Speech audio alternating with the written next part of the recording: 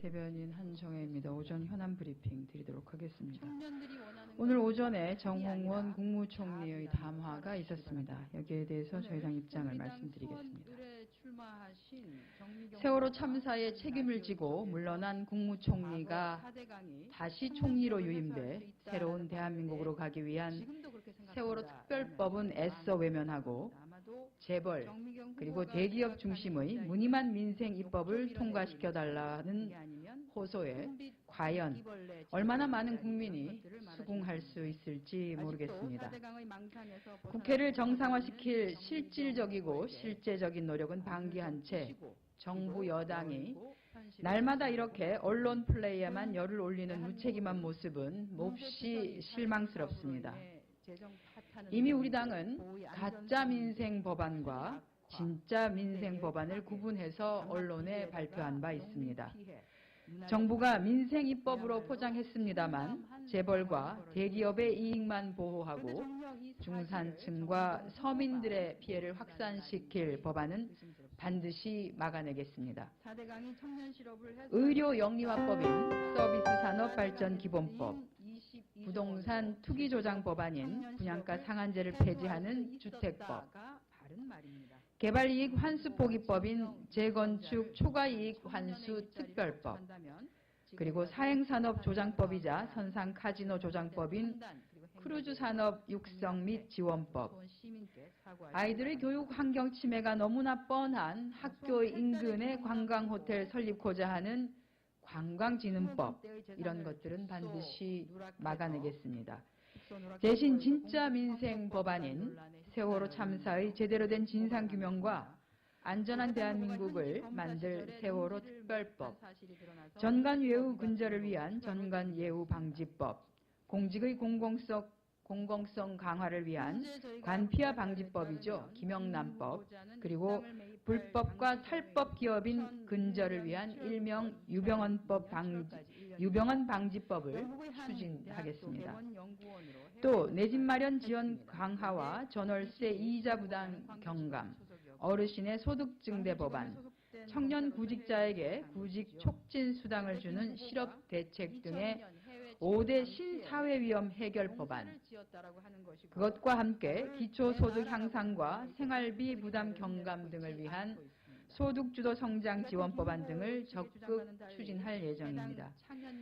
자, 이제 다시 한번 정부 여당에 촉구합니다. 소모적인 언론 플레이만 할 것이 아니라 안전한 대한민국을 만들기 위한 초석, 세월호 특별법 처리부터 적극 임해주기를 바랍니다. 지금 농지법 위반 사실까지 수원 시민에게 사죄하고 후보자 최경환 부총리 겸 기획재정부 장관이 어제 모 포럼에 참석해서 고용 유연성을 높여 노동시장을 개혁해야 한다며 정규직에 대한 과보호와 까다로운 정리해고 등을 해소해 나가겠다는 취지의 발언을 하였습니다.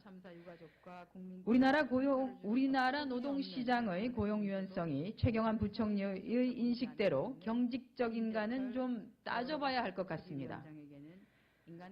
전문가 연구에 따르면 유연 안정성 모델로 유명한 덴마크와 우리나라의 노동시장 유연성 지수는 별반 크게 차이가 없는 것으로 조사되었습니다만, 다시 하겠습니다. 전문가 연구에 따르면 유연 안정성 모델로 유명한 덴마크와 우리나라의 노동시장 유연성 지수는 별반 크게 차이가 없는 것으로 조사되었습니다.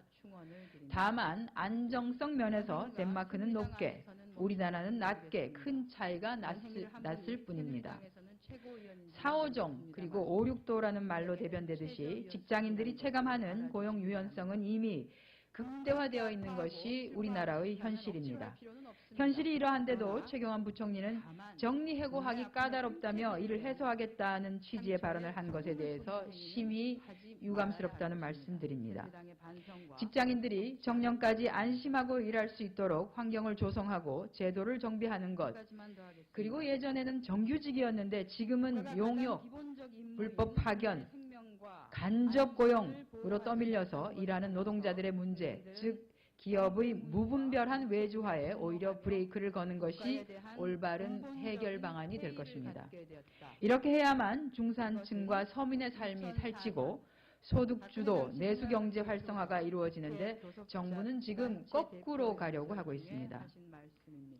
끝으로 최경환 부총리의 이날 발언 중에서 충격적인 내용이 있어서 그 진심이 무엇인지 묻고자 합니다.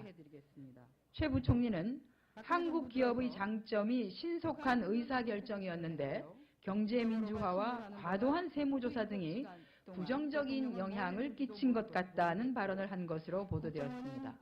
그렇다면 공정거래조사, 세무조사와 같이 기업의 불법 경영활동 여부를 조사하는 것이 기업을 위축시키기 때문에 잘못되었다는 것입니까? 그리고 이번 정부에서는 더 이상 안 하겠다는 것입니까? 이것에 대한 답변을 부탁드리겠습니다. 정부는 추석 전 체불임금 반드시 해결하시기 바랍니다. 다가오는 추석을 앞두고 올해 모두 16만 6천 명의 노동자가 전체 7,827억 원의 임금을 체불당한 것으로 드러났습니다. 희망을 품고 한국을 찾은 외국인 노동자 6,400여 명도 총 176억 원에 해당하는 임금을 못 받은 것으로 확인되었습니다.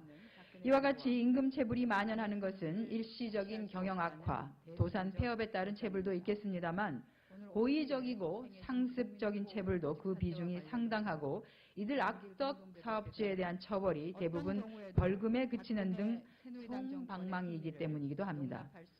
또한 돈을 벌기 위해 2억만 이뤄온 외국인 노동자 중 매해 6천여 명에 달하는 외국인 노동자에 대한 체불임금은 그들을 더욱 서럽게 하고 있습니다.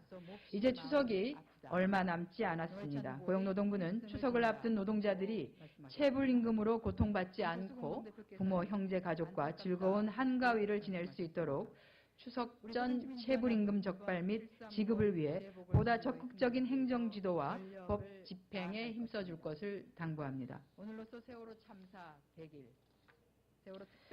네, 어제 문화일보가 보도한 한국유치원 총연합회의 수건인 사립유치원의 양도 승계를 가능하게 하는 유아교육법 내용이 2012년 대선 당시 야당 대통령 후보의 공약에 포함되었었다는 기사는 전혀 사실과 다름을 확실하게 밝혀둡니다.